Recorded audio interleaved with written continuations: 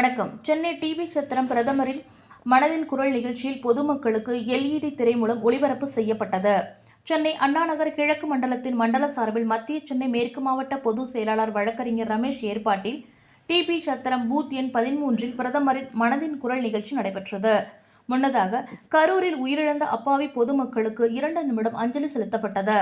அதன் பின்னர் பாரத பிரதமர் நரேந்திர மோடியின் மனதின் குரல் நிகழ்ச்சி பொதுமக்களுக்கு ஒளிபரப்பு செய்யப்பட்டு ஜிஎஸ்டி வரி குறித்து விழிப்புணர்வு ஏற்படுத்தப்பட்டது. உறுதிமொழியும் ஏற்கப்பட்டது. இதில் 200க்கும் மேற்பட்ட பொதுமக்கள் கலந்து கொண்டனர். மேலும் பாரத பிரதமர் நரேந்திர மோடி அவர்களின் பிறந்தநாளை முன்னிட்டு 1000 நபர்களுக்கு அறுசுவை உணவு வழங்கப்பட்டது. நிகழ்ச்சியில் மாநில செயலாளர் சுமதி வெங்கடேசன், மத்திய சென்னை மேற்கு மாவட்ட தலைவர் லதா சண்முகம், மண்டல தலைவர் வேல்முருகன் மற்றும் பாஜக நிர்வாகிகள், தொண்டர்கள் கலந்து கொண்டனர்.